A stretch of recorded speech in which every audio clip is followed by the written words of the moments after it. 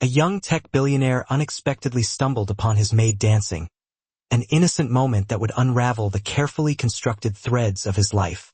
She was unaware of his presence, but in that instant, he witnessed her true self, and nothing within the opulent mansion would ever be the same again.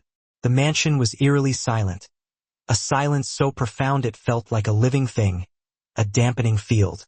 It was the kind of quiet that silenced laughter before it could reach the ornate walls, the kind that whispered warnings of unspoken tensions. Malia, a young woman barely past her own youthful dreams, stood by the gleaming kitchen sink, meticulously scrubbing a wine glass that likely cost more than she earned in a month. Her hands moved with practiced speed, but her mind was adrift, wandering to a gentler, kinder place far from the mansion's stifling atmosphere. At just 24, her eyes held a weariness that belied her age, the tired gaze of someone who had witnessed too much sorrow too soon. The mansion belonged to Elijah Grant, the country's youngest tech billionaire. He was a man of immense wealth and power, yet he possessed a heart as cold and unyielding as steel. Few truly knew him. He spoke sparingly, never smiled, and moved through the house like a silent shadow. He shared the mansion with his fiancée, Ava Daniels, a glamorous and sharp-tongued fashion model. Ava treated Malia with disdain, as if she were nothing more than dirt beneath her designer heels. She was quick to shout, readily offered mockery, and sometimes seemed to not even register Malia's presence, as if she were invisible. "Malia!" Ava's voice sliced through the hallway like a piercing fire alarm. Malia flinched, her shoulders tightening involuntarily. She dried her hands quickly on her apron and hurried to the living room, where Ava awaited. "Yes, ma'am," she replied, her eyes lowered in deference. Ava lounged on the pristine white couch in a figure-hugging silk dress, her long, red-lacquered nails scrolling through her phone. "You didn't shine my heels again." She pointed to a pair of black stilettos lying discarded on the floor. "I'll do it now, ma'am," Malia said quietly, her voice barely audible. "You should have done it an hour ago. Do I have to babysit you every day?" Ava snapped, tossing her phone onto the cushion beside her with a dramatic flourish. "I'm sorry, ma'am. You're always sorry. It doesn't make you less useless." Malia bent down, carefully picking up the shoes as if they were fragile artifacts. Her heart ached with the familiar sting of humiliation, but her face remained composed. She had learned to mask her pain, to hide it deep within. Tears were futile. They had never helped, not even once. Behind her, the heavy front door swung open, announcing Elijah's return. He stepped inside, a commanding figure dressed in a crisp, impeccably tailored black suit. His eyes scanned the room briefly, taking in the scene before he walked past without a word. No greeting, no nod, nothing to acknowledge their existence. "Baby, you're back." Ava's voice instantly transformed, becoming sweet and melodic, a stark contrast to its earlier sharpness. Elijah offered a curt nod, then continued upstairs, his expression unreadable. Malia stood, holding the shoes like broken wings. Ava scoffed. "Next time, try not to disappoint me in front of him." That night, after the house had fallen silent once more, Malia lay on the narrow mattress in the cramped servants' quarters. She pulled out a worn, folded photograph from beneath her pillow, a cherished image of her mother, smiling brightly beside her in front of their small family shop. It was a memory from a time when life made sense, when love didn't feel like a commodity reserved only for the wealthy. She whispered a silent prayer, her voice barely audible. "God, just let me make it through one more day." What she didn't know was that tomorrow, everything would begin to change in ways she couldn't possibly imagine. The sun rose slowly over the city, bathing the mansion in a soft, golden light, but inside, nothing felt warm. Malia woke before her alarm, as she always did. She slipped out of bed, washed in the bracing cold water of the small sink, tied her hair into a neat, low bun, and donned her black uniform. The fabric was stiff from yesterday's ironing, the collar tight against her neck, precisely as Ava demanded. By 6:30 a.m., the kitchen was filled with the inviting aromas of fresh coffee and warm bread. Malia moved with efficiency, preparing breakfast, dusting the grand staircase, and meticulously setting the dining table with silverware that gleamed as if it had never been touched. She was halfway through polishing the enormous chandelier that hung above the foyer when she caught her reflection in one of the crystal pendants. She paused, her movements stilled. She barely recognized the girl staring back at her. Dark circles shadowed her eyes. Her lips were pressed into a thin, unwavering line, and her shoulders were slumped with a weariness that seemed too heavy for her young frame. Was this really her? Once, she had smiled freely without hesitation. Once, she had harbored dreams of becoming a teacher, perhaps even opening her own small school filled with eager young faces. But now, she lived a life defined by whispers and orders, a life where she was never seen, never heard, just tolerated. She leaned closer to the glass, her breath misting against the cool surface. "Who are you now? Are you still even here?" Ava's voice echoed from the top of the stairs, shattering the quiet moment. Malia straightened quickly, placing her hands behind her back, her posture instantly reverting to one of subservience. "Yes, ma'am? Bring my smoothie. Not too cold this time unless you want me to pour it over your head." "Yes, ma'am." Malia hurried to the kitchen, her reflection left behind in the shimmering chandelier, a ghost of the girl she once was.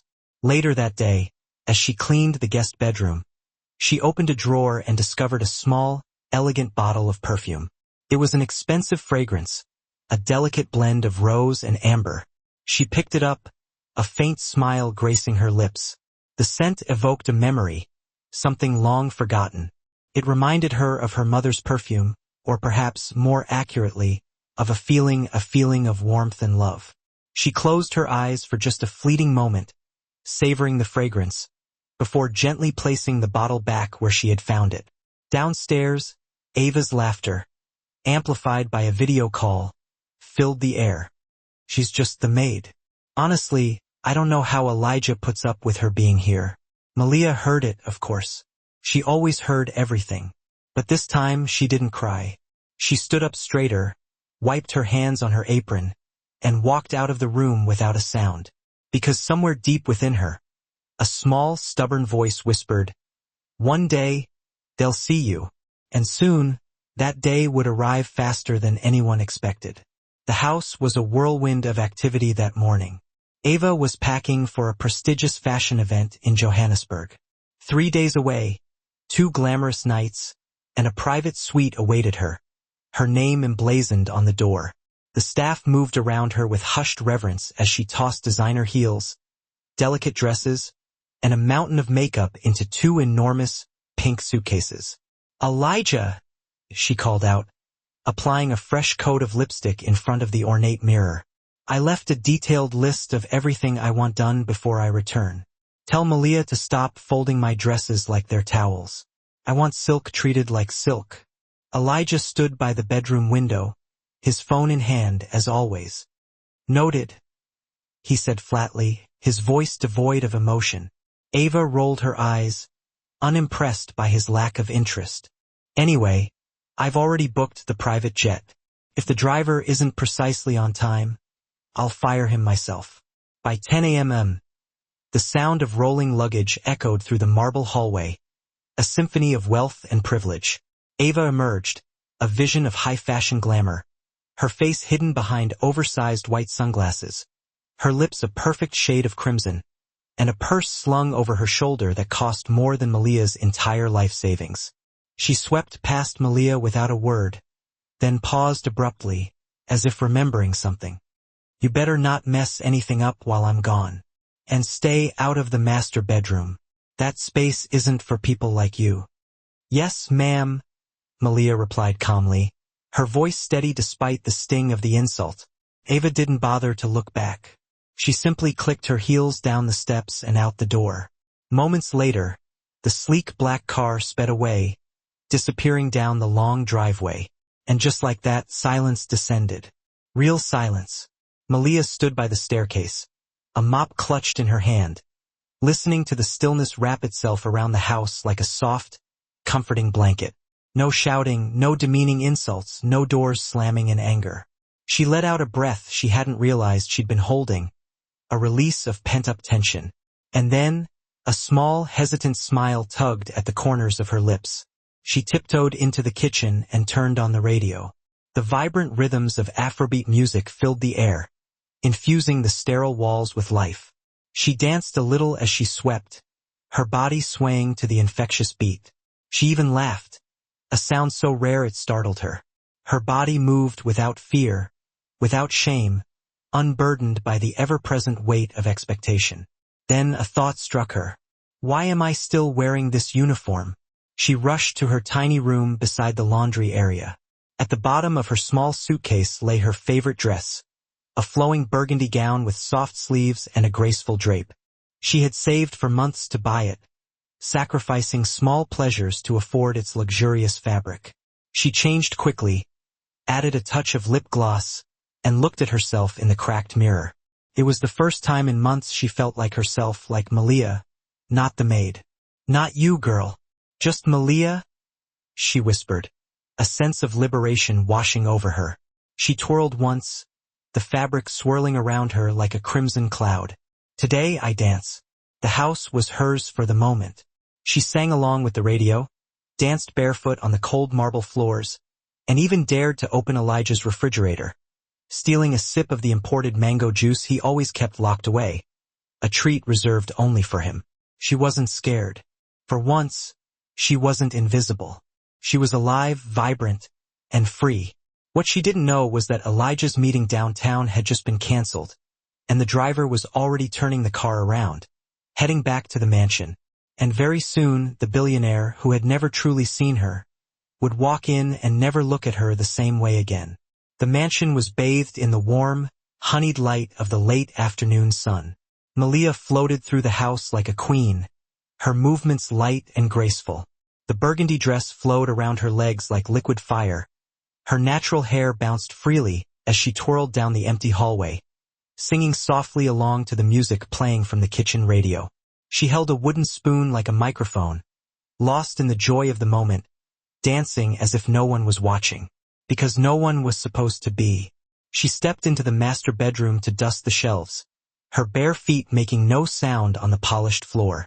The sunlight streamed through the windows, painting her skin in warm shades of amber.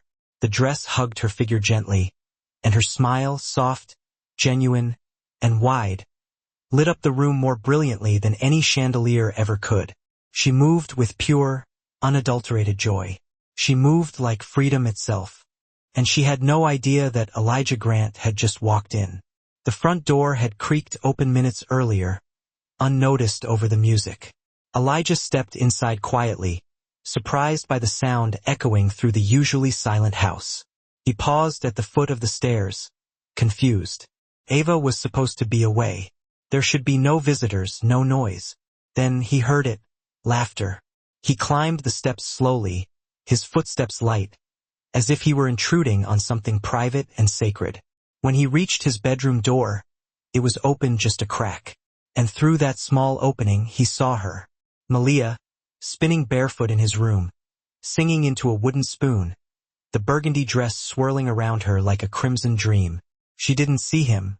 She was completely lost in the moment, radiant, glowing, graceful. For a full minute, Elijah didn't breathe. He leaned against the door frame, mesmerized by the unexpected beauty before him. He had known her for months, a quiet, polite, and seemingly invisible presence in his home. But this was someone else entirely. This was a woman, vibrant and alive. And then he chuckled, a sound so quiet it was barely audible, but enough to break the spell. Malia froze, her movements stilled mid-twirl. She turned, her heart leaping into her throat, a wave of panic washing over her. Her eyes met his, and her body stiffened, instantly reverting to a posture of subservience. "Mr. Elijah," she stammered, her voice barely above a whisper. He raised one hand, a gesture that was not angry or accusatory, but rather calming. "Don't stop," he said softly, his voice laced with genuine appreciation. You were dancing so beautifully." Malia's face flushed crimson. She backed away, stumbling into a nightstand, her movements clumsy with embarrassment. I didn't know you were home." I didn't mean to be in here. I was just... I know, he said, stepping fully into the room now. His eyes weren't cold and distant, as they usually were. They were curious, warm, and filled with a newfound interest. I've just never seen you like this before, he added, his voice softer than she had ever heard it. Malia stood frozen, the music still playing faintly behind her, a soundtrack to her humiliation. Her fingers gripped the edge of the table for support, her knuckles white. I'll change and go back to work, she whispered, her voice trembling. You don't have to, Elijah said, his gaze unwavering. Not yet. His voice was different, gentler, more real than it had been since she first entered the mansion months ago. He looked at her, not past her, not through her, but at her, truly seeing her for the first time. And in that quiet, unexpected moment, Malia realized something dangerous and wonderful. The way he looked at her had changed. And deep down, something inside her had changed, too. The next morning came as it always did, with the gentle intrusion of sunlight through the thin curtains. But everything felt different, as if the air itself had been subtly altered. Malia stood in front of the mirror in her tiny room, staring at her reflection. The burgundy dress was folded neatly on her bed, a tangible reminder of the previous day's unexpected freedom. She had changed back into her black Maid uniform, but somehow it didn't fit the same way. It felt tighter, more constricting, as if it belonged to someone else now. She tied her apron and took a deep breath, trying to regain her composure. It was just a moment, she told herself, attempting to downplay the significance of the encounter. He probably forgot about it already. Still, her fingers trembled slightly as she poured Elijah's coffee, the delicate china cup rattling softly against the saucer. She carried the tray into the study with her head bowed, as always trying to maintain a sense of normalcy.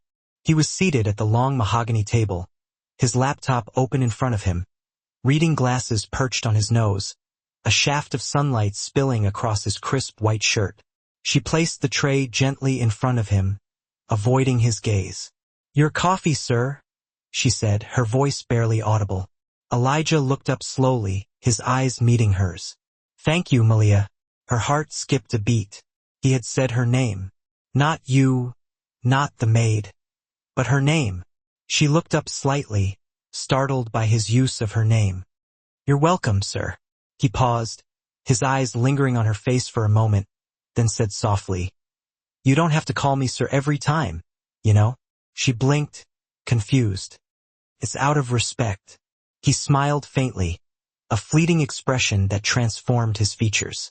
Respect doesn't always have to sound so formal. Malia didn't know how to respond, so she simply nodded and stepped back toward the door, eager to escape the unsettling intimacy of the moment. Malia, he called again just as she reached the doorway, his voice slightly louder this time. Yes, sir? She replied, her breath catching in her throat. About yesterday, he began, his tone hesitant. Elijah leaned back in his chair, his eyes searching her face carefully, as if trying to decipher her thoughts. I didn't mean to startle you. He looked down at his coffee, swirling the dark liquid in the cup. You looked happy and free. I like seeing that side of you. Malia stood still, her fingers curling tightly around the edge of the doorway, her knuckles white. I'm sorry, she whispered, her voice barely audible. It won't happen again. I didn't say that, he replied, meeting her eyes with a directness that made her heart race. Maybe it should. A silence stretched between them, thin, electric, and undeniably strange. The air in the room seemed to crackle with unspoken words and unacknowledged desires. Then, the front door opened downstairs, announcing the arrival of a delivery man and shattering the fragile intimacy of the moment. Malia gave a small nod and slipped out of the room quickly, her heartbeat pounding in her ears like a drum. Elijah sat alone, his fingers tracing the rim of his coffee cup, his thoughts far from the business matters that usually occupied his mind.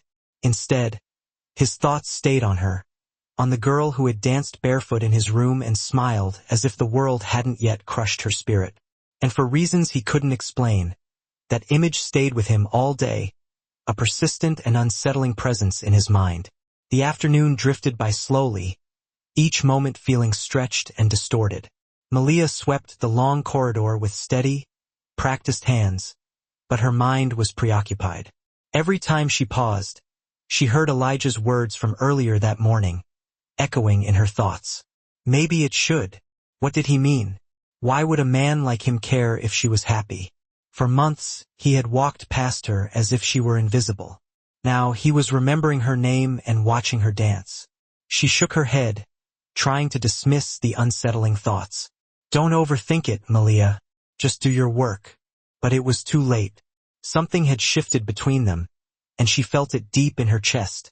A subtle but undeniable change in the atmosphere. Downstairs, Elijah was in the living room, alone for once. No staff bustling about, no endless meetings, just him and the oppressive silence of the mansion. He was attempting to read a report on his tablet, but he barely understood a word. His thoughts kept drifting, not to stocks or deadlines, but to her. The way she moved, the way her face had lit up when she thought no one was watching. There was something about that moment yesterday that he couldn't shake. It was like watching a sunrise after months of gray skies, a sudden burst of light and color that had awakened something within him.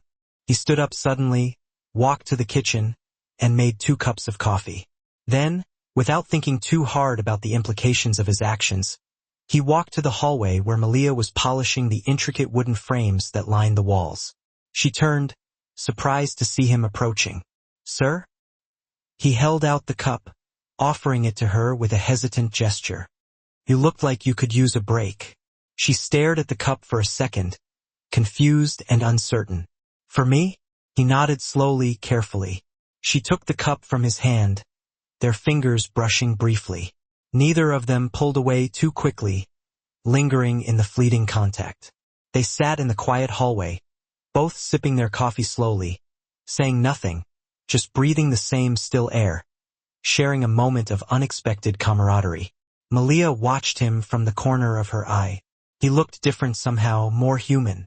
Not like the unreachable billionaire she had seen in magazines, but like a tired man who maybe needed this moment of silence, too. "You don't talk much," she said suddenly, breaking the quiet. He glanced at her, a hint of amusement in his eyes. "Neither do you." She smiled, surprised that he had noticed her own reticence. "I guess we both got used to being quiet." Elijah looked at her, then said, "I used to love talking, but people only heard what they wanted to hear." She looked down at her coffee, understanding dawning in her eyes. "Same here." Another quiet moment passed between them, longer than the first. But this one felt peaceful, comfortable, almost familiar. Then Elijah stood, adjusting his watch. "Thanks for sharing the silence." Malia looked up, surprised by his unexpected gesture of gratitude. "Anytime." As he walked away, he glanced back over his shoulder and said, almost as an afterthought, "And you can wear that dress again. You looked happy." She said nothing, but her heart thudded loud enough to fill the space he'd just left behind.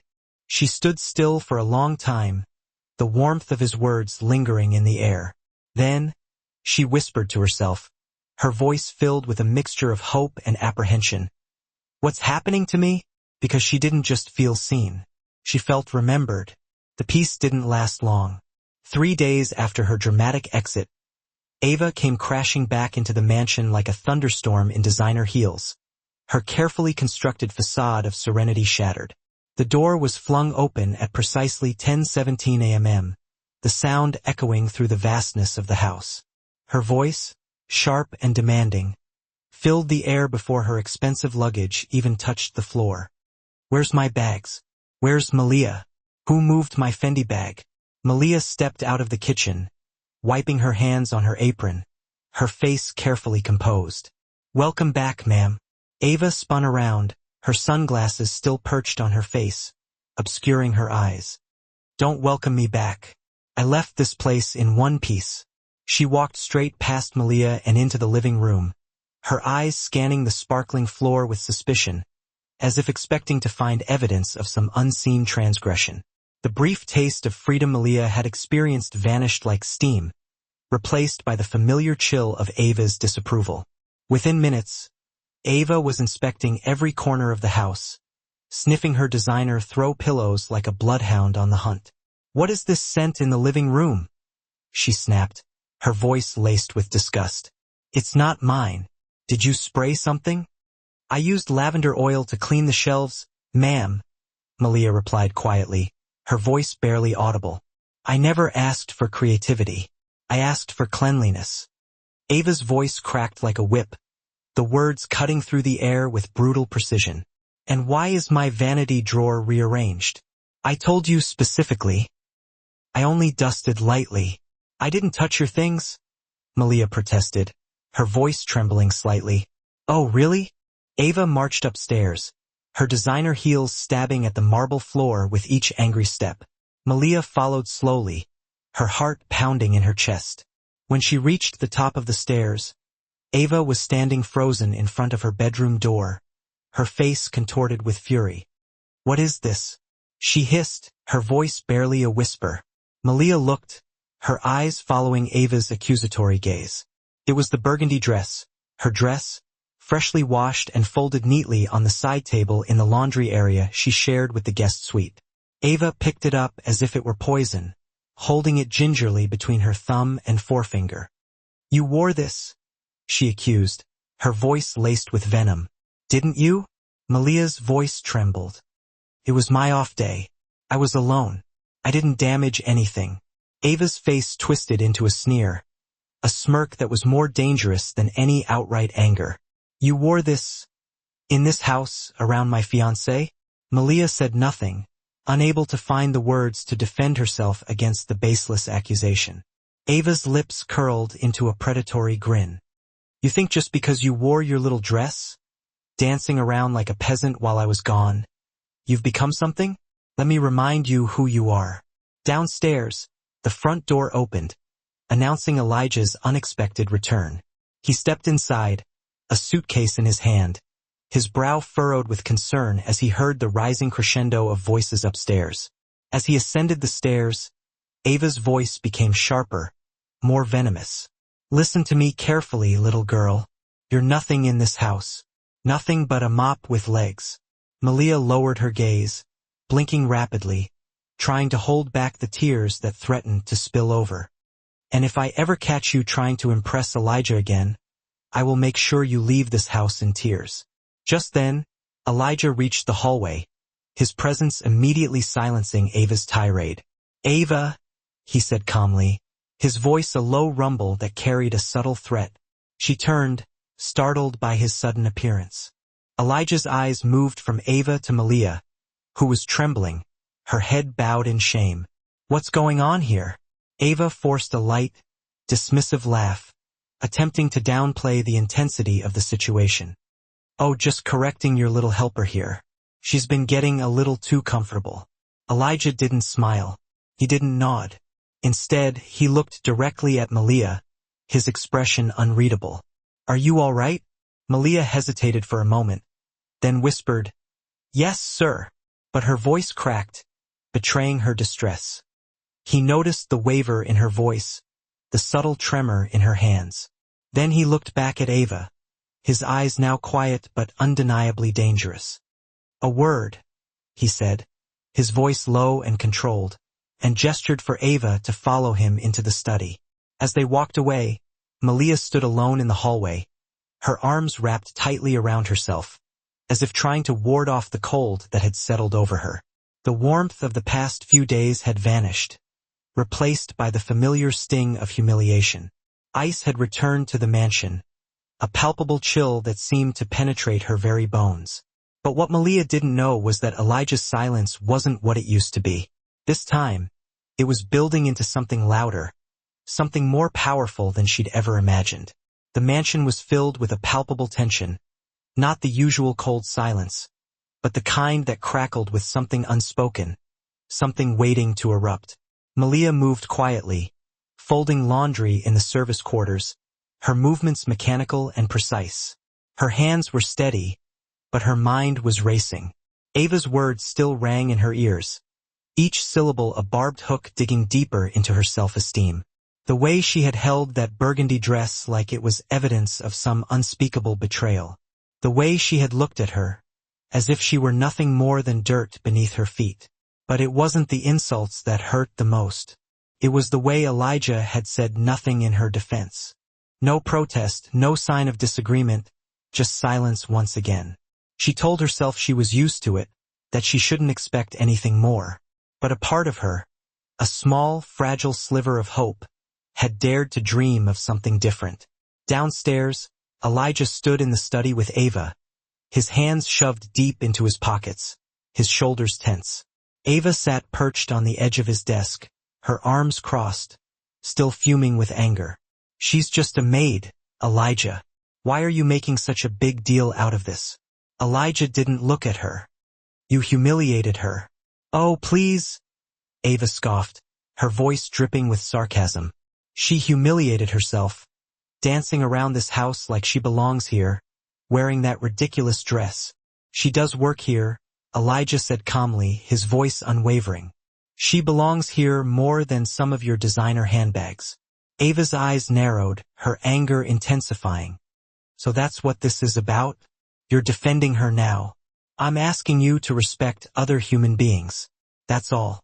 Ava stood, her voice rising in pitch. "Since when do you care about maids and their feelings? You've never given them a second thought before." Elijah's jaw tightened, his expression hardening. "Since I realized that the people who treat them like they're nothing usually have nothing inside themselves." Ava's mouth fell open, her face paling with shock. "I'll be in my room," Elijah said, already turning away, dismissing her with a subtle gesture. "Don't bother joining me." Ava's face flushed crimson with rage. She stormed out of the study and into the hallway, heading straight toward Malia, who was just passing through with a basket of freshly laundered towels. "You think you've done something special, don't you?" Ava spat, her voice dripping with venom. "You think because you twirled around in that cheap dress and caught his eye, you've suddenly made it?" Malia said nothing, averting her gaze. "I've seen your kind before." Ava seethed, her eyes narrowing. "Quiet little village girls thinking their smiles can climb ladders and steal what doesn't belong to them. I'm just doing my job," Malia whispered, her voice trembling. Ava stepped closer, invading Malia's personal space, her presence oppressive.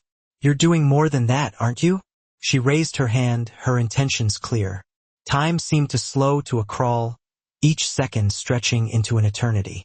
But before the blow could land, a strong hand caught her wrist, stopping her in her tracks.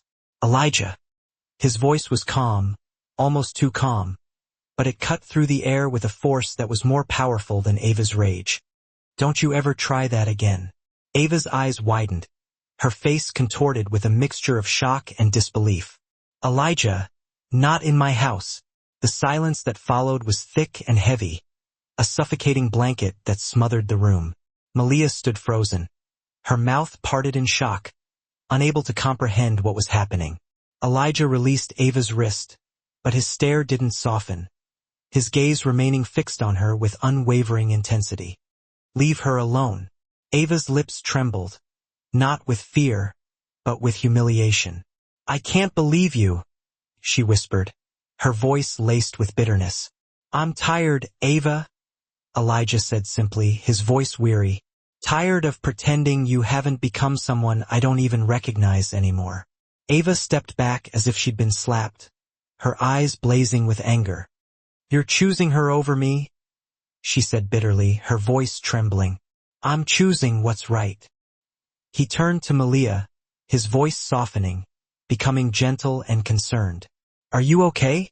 Malia nodded, too stunned to speak. "Go rest," he said softly, his eyes filled with a surprising warmth. "You've done enough today." As Malia walked away, something in her heart cracked open, a small sliver of hope emerging from the darkness. For the first time, someone had stood up for her. For the first time, she wasn't alone. Behind her, Ava stormed upstairs, her footsteps heavy and angry, a clear sign that the confrontation was far from over. Elijah exhaled deeply, running a hand through his hair, his face etched with weariness. Upstairs, Ava's footsteps were loud and frantic, the sounds of her escalating anger echoing through the mansion. For a moment, the house went quiet again. But then Elijah heard loud banging, drawers being yanked open, closet doors slamming with violent force. He went up to check on her, his heart heavy with a sense of impending doom, and saw Ava in the bedroom, frantically throwing clothes into her suitcase, her movements fueled by rage and desperation. "You're leaving?" he asked calmly, his voice betraying none of the turmoil he felt inside. She didn't look at him, her movements jerky and uncoordinated. "I can't believe you humiliated me like that," she spat, her voice dripping with venom. In front of a maid. Elijah stood by the door, watching her, his expression unreadable. "This isn't about her," he said quietly. "It's about how cruel you've become." Ava spun around, her face contorted with anger. "So now you're taking the maid's side over me, your own fiancé?" "I'm not choosing sides," Elijah said, his voice firm. "I'm choosing what's right." Ava's face was red with rage, her eyes blazing with fury. "You'll regret this," she snapped, her voice trembling with uncontrolled emotion. She grabbed her suitcases and pushed past him without saying goodbye, her anger palpable in every movement. A few seconds later, the front door slammed shut with a resounding thud, the sound echoing through the vastness of the mansion. The storm had finally passed, leaving Elijah standing alone in the unnerving quiet, the silence more profound and unsettling than ever before.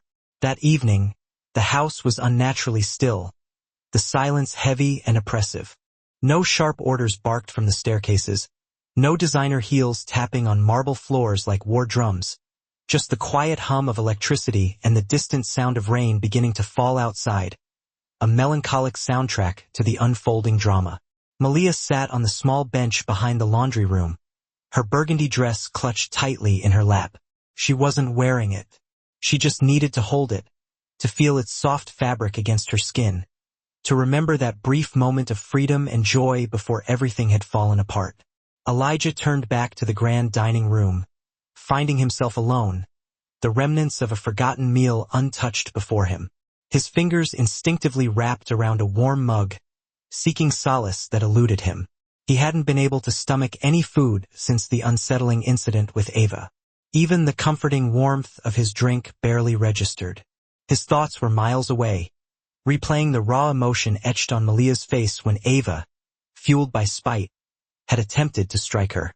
The fear, the quiet heartbreak that clouded her eyes, the way she looked at him, a silent question hanging in the air, was she worth defending? The image haunted him, a weight he couldn't shake off. He rose abruptly, a sudden need for her presence pulling him forward. He walked past the opulent chandelier, its light doing little to dispel the darkness in his mind, past the long hallway until he reached the back patio. There, under the eaves, he found her. Malia sat alone on a weathered bench, her vibrant dress carefully folded across her knees, her hair concealed beneath a silk scarf. Her eyes were distant, lost in a world far removed from the gilded cage of this mansion. He approached cautiously, the air thick with unspoken tension.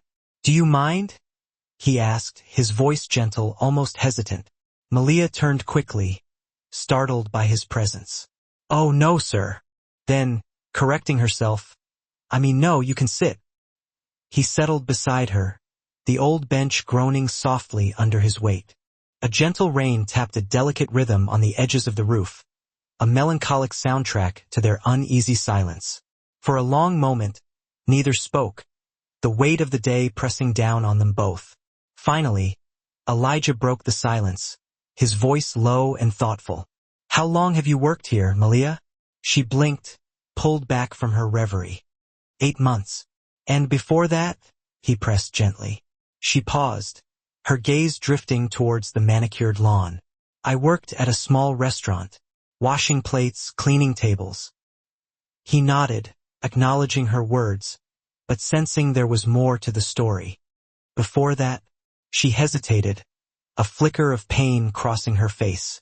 Her eyes fell to her hands, clasped tightly in her lap. I was supposed to go to teacher's college. I passed the entrance exams, everything. But then my mother died. I had to start working. Elijah turned towards her slowly, his gaze filled with a growing understanding. And your father? Her voice was barely a whisper, filled with a lifetime of loss. Never knew him. It was just me and Mama. After she passed, the landlord kicked me out. I went from house to house, doing odd jobs until I ended up here. Elijah said nothing, but the empathy in his eyes deepened, the weight of her story adding to the burden he already carried. I didn't plan this life, Mr. Grant, Malia added, her voice almost defensive. But it's mine now. I've made my peace with it. I know what it's like, he said, surprising her. She turned to him, a question in her eyes. I lost my parents when I was 16. Moved from relative to relative, each one less welcoming than the last. I built everything from scratch, brick by painful brick. People think money erases the past, but it doesn't. It just buries it under a mountain of distractions. Malia looked at him, her expression softening, the first hint of understanding dawning in her eyes. You don't act like someone who's ever been hurt. He gave a small, humorless laugh. That's the trick, isn't it? You act like stone so people stop asking, so they stop trying to chip away at the cracks. She nodded slowly, recognizing the truth in his words. I guess I act like air so people forget I'm even there. He turned to her, really looked at her, seeing beyond the uniform, beyond the quiet subservience she projected. You're not invisible, Malia, he said gently, his voice resonating with sincerity. Their eyes met again, a connection forming in the space between them. In that moment, the weight of their pasts, the scars they both carried, didn't seem quite so heavy. Because here they were, two quiet souls seeking solace on the same rain-soaked bench, finally being seen, finally being acknowledged. The next morning dawned with a different feel in the air. Malia moved through the house with her usual grace, cleaning the surfaces, folding towels, dusting the corners that no one ever noticed. But something had shifted within her. She wasn't rushing, driven by a frantic need to disappear. She wasn't hiding, shrinking into the shadows. Her shoulders were straighter, her movements more deliberate. Her eyes held a newfound spark, a hint of hope that had been absent for too long. She caught her reflection in the hallway mirror, and for the first time, she didn't look like someone waiting to disappear, someone merely passing through. And then it happened. Elijah walked past her, carrying a plate piled high with golden brown toast. Malia, he said casually, breaking the morning silence. I saved you some. She froze, surprised by the unexpected gesture. He turned back, held the plate out towards her, and added, And I made tea. There's extra in the pot. Malia blinked, trying to process what she was hearing. You made tea? He nodded, a hint of amusement in his eyes. I can boil water, you know. It's not exactly rocket science. She laughed softly, covering her mouth with her hand, a genuine, unforced sound that warmed the air around them. Wow, the great Elijah Grant using a kettle. The world might end. Don't tell anyone, he said with a smile that reached his eyes, crinkling the corners. It'll ruin my reputation. She followed him into the kitchen, a sense of disbelief and cautious optimism swirling within her. For the first time, they ate breakfast together, not as boss and maid, not as master and servant, but as two people who were no longer afraid to take up space in each other's lives. They talked about random things, favorite foods, types of music, the way Lagos traffic could drive a sane person to the brink of madness. He laughed when she mimicked the sound of impatient taxi drivers, their horns blaring in a chaotic symphony. She smiled when he told her he once got hopelessly lost in a bustling market for hours and had to bribe a small boy with a meat pie to show him the way out. Time passed gently, like water slipping through their fingers, each moment a small act of rebellion against the rigid structure of their lives. Later that afternoon, Malia changed into her burgundy dress again, not to dance for an audience, not to impress anyone, just because she wanted to feel like herself, to reconnect with the woman she had almost forgotten she was. She was wiping down the glass table in the living room when Elijah walked in. He stopped abruptly, his gaze drawn to her. He simply stared, lost for words. You wore it again, he finally said, his voice barely a whisper. I did, she replied, her voice steady, without looking up. You look like someone who belongs here, he confessed, his eyes tracing the lines of the dress, the way it moved with her. She raised her eyes slowly, meeting his gaze. Maybe I do, he smiled, the warmth of it spreading through the room. He cleared his throat, breaking the spell. Would you like to have dinner with me tonight? Just here. Nothing fancy. Malia's heart skipped a beat, a flutter of anticipation rippling through her. You mean, like a date? He chuckled, a low, resonant sound. Like a meal, between two people who don't need to pretend anymore. She hesitated for a moment, weighing the risks, the potential for disappointment, but the hope in his eyes was too compelling to ignore. She nodded, a small, almost imperceptible movement. Yes, she said softly. I'd like that. That night, she set the table with quiet care, each movement imbued with a sense of purpose and anticipation. She lit a single candle, its flickering flame casting dancing shadows on the walls, creating an atmosphere of intimacy and warmth. She served rice and stew, not the elaborate, meticulously plated kind served at lavish events, but the simple, comforting kind that felt like home, the kind her mother used to make. Elijah arrived dressed down, shedding the weight of his corporate attire. No impeccably tailored suit, just a soft navy blue shirt, the sleeves rolled up to his elbows, revealing the strength in his forearms. He looked relaxed, approachable, like a man finally at ease in his own skin. They ate, they talked, they laughed, and as the candle burned low, casting a golden glow on their faces, Malia realized something that made her chest feel both warm and terrified all at once. She wasn't invisible anymore, and the man who once saw her as just a shadow, a silent presence in his house, was starting to see her as something much more. The night air was gentle, carrying the scent of jasmine and frangipani. A soft breeze crept through the open balcony doors, lifting the sheer curtains just slightly, as if inviting the stars to join their intimate gathering. The stars over the city twinkled quietly, watching over the mansion, witnessing a transformation unfolding within its walls. Inside, Malia stood barefoot on the cool tile floor, clearing the plates from dinner, her movements graceful and fluid. Her burgundy dress fluttered around her like a whispered secret as she moved. Her heart hadn't slowed since he called it a meal, between two people who don't need to pretend anymore. The words replayed in her mind, a promise hanging in the air. Elijah leaned against the door frame of the living room, holding his glass of water, watching her without trying to hide it. His gaze was open, honest, filled with an admiration that made her breath catch in her throat. You clean up too fast, he said, his voice a low murmur that resonated in the quiet room. I barely had time to enjoy the view. She looked over her shoulder, a shy smile gracing her lips. Old habits die hard. He stepped further into the room, closing the distance between them. You know, he said, his voice dropping even lower. I've been thinking something dangerous. She teased gently, tilting her head. Dangerous? That doesn't sound like you, Mr. Grant. He chuckled, the sound warm and intimate.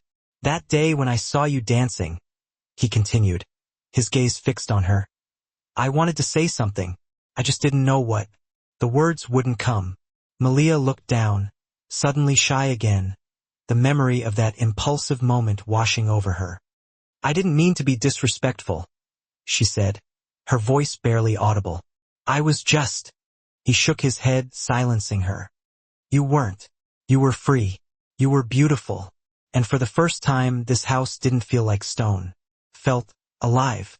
The silence stretched between them, soft and full of unspoken emotions. Then, a familiar beat began to play, a subtle rhythm that filled the room. Malia had left the Bluetooth speaker on low volume in the background, barely noticing it in the course of their conversation. Now a song came on, one she always played when she was alone, a soft high-life tune, the one she danced to that day in his room. Their eyes met, recognition dawning in both of them. I remember this song, Elijah said, a smile playing on his lips. She smiled faintly, a hint of vulnerability in her eyes. I used to dance to it alone when I was happy, or trying to feel happy. She hesitated, a question hanging in the air. And now I don't feel so alone, he finished for her, his voice barely a whisper.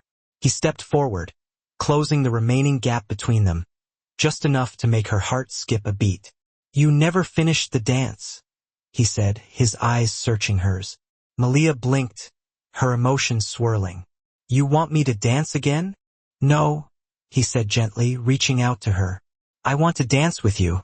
She stared at him, unsure, the invitation both thrilling and terrifying. He held out his hand, palm open, offering himself to her.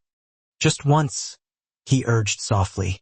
Slowly, cautiously, she placed her hand in his, her fingers trembling slightly. He pulled her in, his touch gentle but firm, one hand resting lightly on her waist, the other holding her fingers. They moved awkwardly at first, both self-conscious and unsure. Elijah wasn't much of a dancer, more comfortable in boardrooms than ballrooms, and Malia was suddenly too aware of everything. His breath on her skin, his closeness, the frantic pounding of her heartbeat in her ears. But then she laughed, a nervous giggle that broke the tension, and he laughed with her, the sound echoing in the room. Their bodies found a rhythm, not perfect, not polished, but real, imperfectly in sync, finding solace not in perfection, but in presence. She rested her head on his chest, listening to the steady beat of his heart, a comforting rhythm that grounded her in the moment. He closed his eyes, and for a full minute, the world outside ceased to exist. There was just a maid in a borrowed dress and a billionaire who didn't know how to love until now, moving slowly through a house that had never known such softness. Then the music faded, and they stood there in silence, not touching, not speaking, but both knowing deep down that something profound had shifted between them. Not in fear, not in confusion, but in hope. The following days passed like a dream wrapped in silk, each moment imbued with a quiet magic. Nothing loud happened, no grand declarations of love, no extravagant bouquets of flowers, no dramatic kisses in the rain. But something was growing between them, quietly, softly, like a fragile seedling reaching for the sun.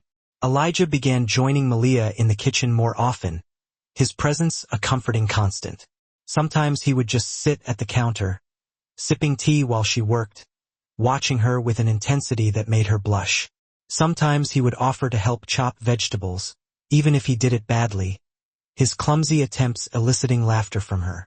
You're cutting the onions like you're afraid of them, Malia teased one afternoon, her eyes sparkling with amusement.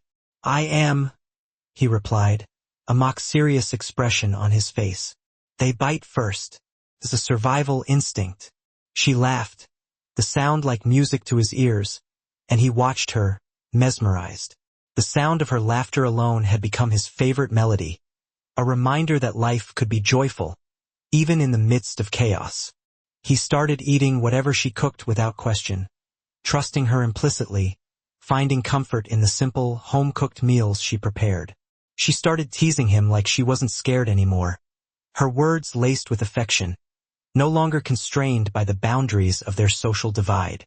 And every night, they would meet on the balcony, drawn together by an invisible force. There were no elaborate plans, no forced conversation, no pressure to be anything other than themselves. Just soft conversation under the starlight, the vastness of the night sky mirroring the depth of their shared emotions.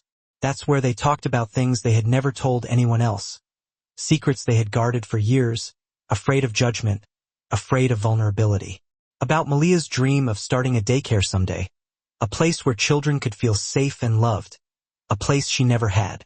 About Elijah's memory of sitting alone in a dark hostel room after his parents' funeral, a 16-year-old boy promising himself that he would become so rich that he would never feel pain again. You did become rich, Malia whispered one evening, her voice filled with a quiet sadness. Elijah looked out into the darkness, his gaze distant. But the pain never left, he confessed, the words hanging heavy in the air. Malia turned to him, her eyes filled with compassion. Maybe it wasn't supposed to, she said softly. Why? he asked, his voice laced with confusion. Because maybe the pain is what teaches us how to love gently, she replied, her words resonating with a profound truth. Maybe it's the cracks in our hearts that allow the light to shine through. That night, he didn't say anything, but his silence was filled with a newfound understanding. When she turned to leave, he reached out and gently touched her fingers, his touch sending a shiver down her spine. He didn't hold her, didn't pull her close, didn't try to force anything. He just let her know, "I see you." And she smiled in return, a smile that radiated from her soul, as if to say, "I see you too." The next morning, something shifted again, a subtle but significant change in the dynamic between them. Elijah came down for breakfast and found Malia already in the kitchen, wearing the same black uniform she had worn the first day he met her, the uniform that represented her role, her position in his life. He frowned slightly, a flicker of disappointment crossing his face. "Going back to that?" he asked, his voice tinged with concern. She shrugged, her expression unreadable. "Some parts of me I still need to hold on to," she said, her voice firm but gentle. "I can't just erase my past, pretend it never happened." He nodded, respecting her need for self-preservation. "That's fair," he conceded. "But I still remember who I am," she added, her eyes meeting his, challenging him to see beyond the uniform. "Even when I'm dressed like a shadow." He reached for her hand, held it gently in his. "You've never been a shadow, Malia," he said, his voice filled with sincerity. "I just never looked properly. I was too blinded by my own darkness to see the light in you." And she smiled at him, not like a maid seeking approval, not like a woman begging to be seen, but like someone who had found peace in her own skin, someone who knew her worth, someone who was finally ready to embrace her own truth. For the first time in his life, Elijah wasn't chasing power, wasn't striving for more, wasn't trying to fill the void within him with material possessions. He was learning how to sit still with someone, how to be present, how to be real. He was learning how to love. Later that day, they sat in the garden, sharing fried yam wrapped in brown paper, a simple lunch that felt more luxurious than any 5-course meal. As they ate, surrounded by the fragrant blooms and the gentle buzz of bees, Malia turned to him, her eyes filled with a quiet joy. "This feels like everything I ever wanted," she said softly, her voice barely a whisper. Elijah reached for her hand again, his touch sending a familiar warmth through her. "Then let's not let it go," he said, his voice firm with conviction. She looked at him, unsure, the weight of their different worlds pressing down on her. "You mean that?" she asked, needing to hear the words, needing to believe that this wasn't just a dream. He nodded, his gaze unwavering. "I don't know what the future looks like, Malia," he confessed, his honesty disarming. "But I know I want you in it. I can't imagine my life without you." The sun slipped behind the clouds, casting a warm orange glow on their faces, bathing them in a soft, ethereal light.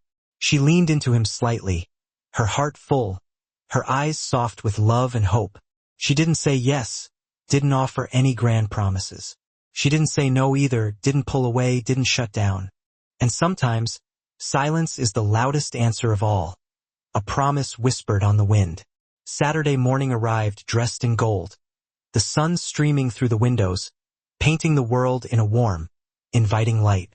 Birds chirped softly outside, their melodies filling the air, and the breeze carried the intoxicating scent of fresh hibiscus through the open balcony doors, a reminder of the beauty that surrounded them.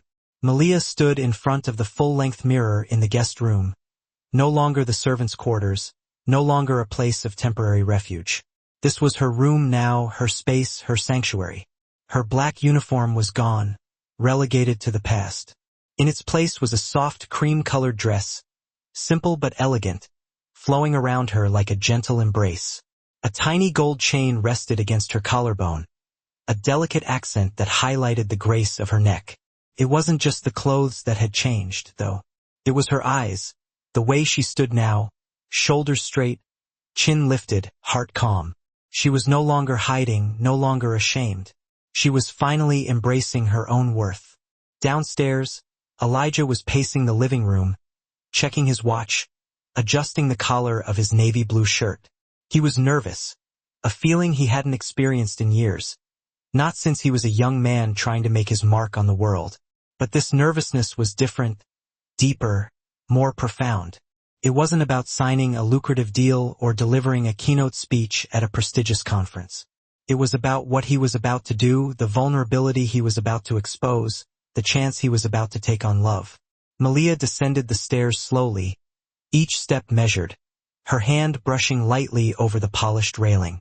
The soft fabric of her dress whispered against her legs as she moved, creating a gentle melody that echoed through the house. Elijah looked up, his breath catching in his throat. For a moment, time seemed to stop, the world holding its breath. She wasn't the help anymore, not just a member of the staff. She was the woman who had walked into his life quietly and turned the silence into laughter, the cold into comfort, the darkness into light. The woman who danced barefoot in a room no one had ever entered, a room that suddenly felt like his heart. The woman who reminded him what love without performance looked like, what it meant to be truly seen, truly known. "I feel overdressed," she said, breaking the silence, her voice a soft murmur that barely reached him. He smiled, the warmth of it spreading through his entire being. "You look like royalty," he replied, his voice filled with genuine admiration. She chuckled, her cheeks flushing a delicate shade of pink. "Royalty doesn't clean bathrooms," she teased, her eyes sparkling with amusement. Elijah stepped forward, closing the distance between them, his gaze locked on hers. "Maybe this one does," he said, his voice dropping to a husky whisper. "But not anymore." He reached into his pocket and pulled out a tiny velvet box, the deep blue color contrasting against the pale skin of his hand. Malia's breath caught in her throat, her heart pounding in her chest. "Elijah," she whispered, her voice filled with a mixture of anticipation and fear. "It's not a ring," he said gently, his voice reassuring. He opened the box, revealing a delicate silver bracelet, its intricate design catching the light. "Not yet," he added, his eyes meeting hers. "But it's a promise." She stared at it, her eyes filled with a mixture of awe and disbelief. "Promise?" she asked, her voice barely audible. "A promise that this house is no longer a prison," he explained, his voice filled with sincerity. "A promise that you are not invisible, that you belong here with me, however you choose. A promise that I will always see you, always cherish you, always love you for exactly who you are." Malia blinked back tears, her emotions overwhelming her. She held out her wrist, offering herself to him. He took her hand in his touch sending a shiver of electricity through her. He placed the bracelet on slowly, his fingers lingering against her skin, his touch a silent vow. "I never thought someone like me," she began, her voice trailing off, unable to articulate the insecurities that still lingered within her. He stopped her gently, placing a finger against her lips, silencing her doubts. "You're not someone like anything, Malia," he said, his voice filled with love and adoration. "You're you, and that's exactly who I want. You're everything I never knew I was missing." They stood there inches apart, their eyes locked together, their hearts beating in unison. This time there was no music, no dancing, no elaborate gestures. Just two people choosing each other in a world that never expected them to. Two souls connecting on a level that transcended social status, transcended expectations, transcended everything but love. From behind the curtain, Ava watched, her face an unreadable mask of conflicting emotions. She had just returned, hoping to reclaim her place, hoping to reignite the flame that had once burned between her and Elijah. But the house was no longer hers, no longer under her control. It had changed, transformed by the presence of this quiet, unassuming woman. She didn't cry, didn't scream, didn't lash out in anger. She just whispered, her voice so quiet that only the curtain heard it. "He used to look at me like that." Then she turned and walked away, her head held high, but her heart breaking. Not like a queen, but like someone who had just lost a crown. Someone who had just realized that the power she thought she possessed was an illusion. that the love she craved was now beyond her reach. She didn't realize that the crown was already slipping, that her reign was already over. And in its quiet corners, a new queen had risen, not one dressed in jewels or silk, not one born into privilege, but one clothed in dignity, in grace, in love. The maid who once walked these halls with her eyes down was now walking with her head held high, hand in hand with the man who finally learned how to look at her, finally learned how to truly see.